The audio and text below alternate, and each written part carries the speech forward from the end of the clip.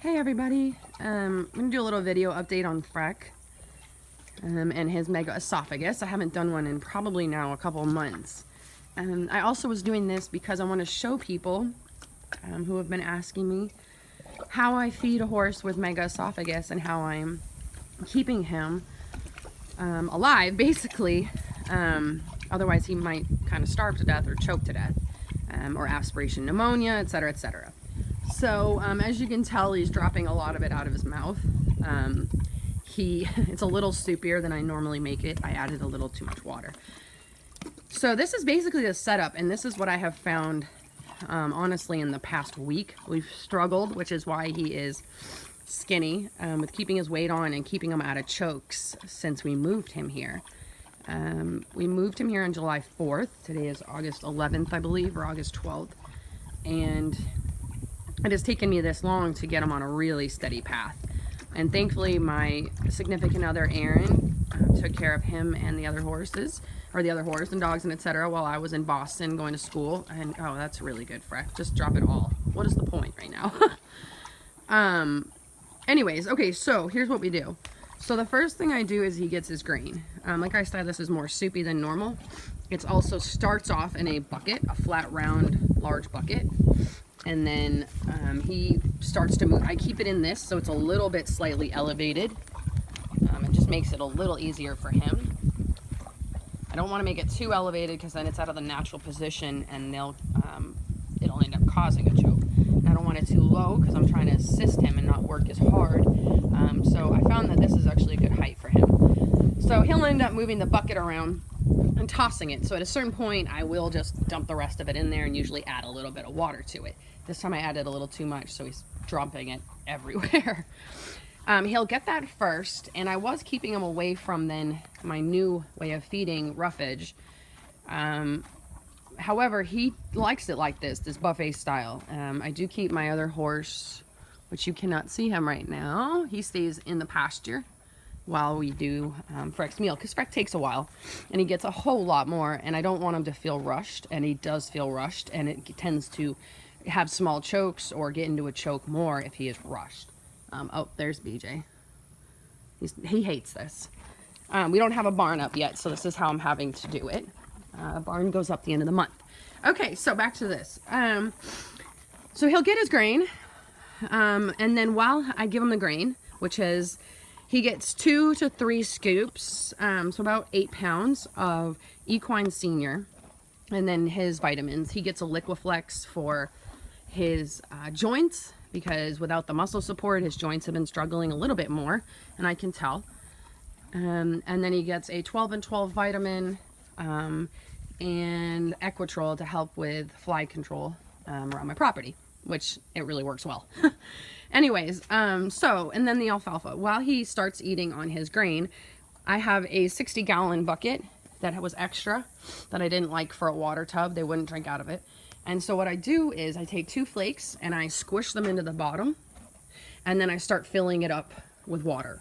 And as it's filling up and it's really soaking really well, and you get a few inches of water in there, you can start to pull apart like the alfalfa until you have got this. So this is 90% water and then just 2 flakes of alfalfa. I have found this is working really well, and he loves it. He's getting hydration, and he had a big swallow there. He's loving this. This is only day 4 on this way. When he got here and started struggling, I had to completely take out the roughage. It was just causing, so he walks away a lot. Don't mind him, he's really dirty. Either to go urinate, which is what he's doing right now, to go poop, or to walk himself around. He has adapted himself really well to this disease, which is basically what it is, in this medical condition. He creates excessive saliva to help everything move down, which it gets better the more hydrated everything is, which makes sense. Oh, buddy, you're struggling to pee. And then he also walks himself and walks and walks, and will just walk and walk and walk. To help everything move and help his motility. He has learned and taught himself and adapted and developed these methods that work for him. So this is what I've been doing. He gets this set up, or he gets the grain set up twice a day. When I took all the roughage away, the way I added it back in slowly over a couple weeks was with chopped dehydrated alfalfa. And I would mix small amounts in until we had a nice, huge, overflowing bowl of his grain mixed in with the roughage, the chopped dried alfalfa. So now it's been a couple weeks, and I was like, let's try adding back in the alfalfa, because he used to maintain, before we moved, really well on alfalfa and grain. And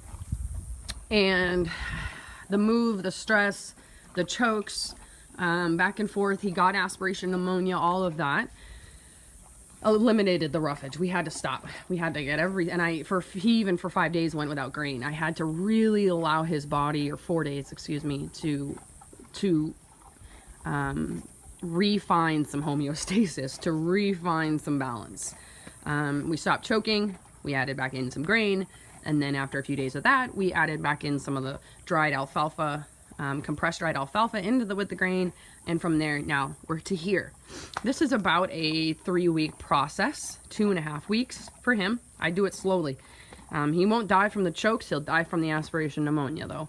And I'm not, I don't want that to happen, so he got it added back in. We can get the weight put back on. We can do that, but we can't do that if we're choking and aspirating. So anyways, so this is a basic idea and setup for my horse Freerk. He is a 16-year-old purebred Friesian. He did come out of the Netherlands. And this is a Friesian's disease, basically. You know, the lower third of the esophagus stops working because they have tissue issues. And so they stretch and expand and don't come back to normal. I'll show you where Freerk's pocket is, because I mean, you can pretty much see it on him if you know what you're looking for. So you can see he's got a little bit of bulge right there. That's where his pocket is. And when he eats, it does sit there. And I do also help him through it. This morning he got a little tiny choke. It's not really a choke, you can see it balling up, which technically is a choke. So I do effleurage down the neck and down the esophagus. And right now he doesn't want me to, so he's gonna turn away. And I just push in slightly and effleurage, and he hates it because he wants to eat and be left alone. Sorry, buddy. And I helped the whole thing move down, and within 30 seconds, I caught it quick enough, and everything's wet enough and doesn't stay bald, and it just went right down, and he went back to eating. No big deal. So it is completely possible to maintain and keep them healthy. We need a couple more 100 pounds, and we're well on our way there. So if anybody has questions about what I'm doing or how I'm doing it, please ask. I'm sorry the video's kind of choppy and everywhere, but I hope it did answer some questions for you. Say bye, Freerk. Okay, everybody. I wanted to just make a little follow-up video. So this has been about 45 minutes after Freerk, after we made the other video about how I feed and things like that. So this is kind of the aftermath of eating a really big meal, which is why smaller meals more often are best. I don't have right now where I'm feeding him 3 or 4 times a day. He gets 2 to 3 times a day for the grain. Now he does have more alfalfa and things like that, which BJ shares with him after a while of him having on his own. They get 2 of those buckets with the water and alfalfa a day. As you can see, the droolie pile right there. So this is kind of like what I think would be equivalent to if we ate a really large meal and you get that heavy feeling in your guts and it feels like it's all the way up your esophagus and your throat. You're just like, ugh, I feel miserable. Okay, I think this is the Freerk's equivalent, the horse equivalent to that. So he'll just sit here, he's not distressed. He can breathe, he's fine, he's not in a choke. He's just digesting, and it's a lot to digest. And he gets heavy. So he'll just sit here and he falls asleep half the time. And he'll get the drooly saliva a lot. His body's been producing more and more to help it move down the esophagus, to continue to move down the esophagus. It's not coming out his nose. This is just from his mouth. He is not in a choke. He's okay. He's just extremely full. So I just wanted to kind of show what he does afterwards. And I used to get really nervous, like, oh God, is he okay? But as you can tell, he is about half asleep. He's okay. So he is, this does happen pretty much after every meal.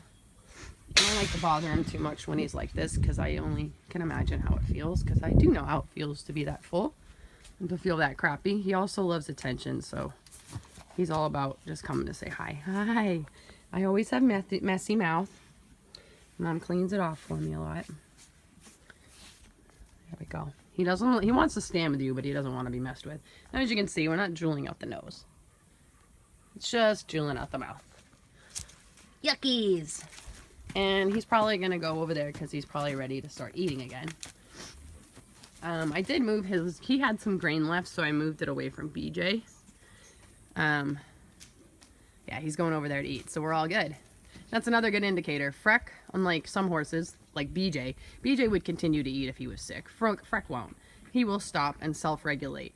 And there goes a bunch of drool into the bucket with him. And that's how he helps get the food down. So yeah, there we go, guys.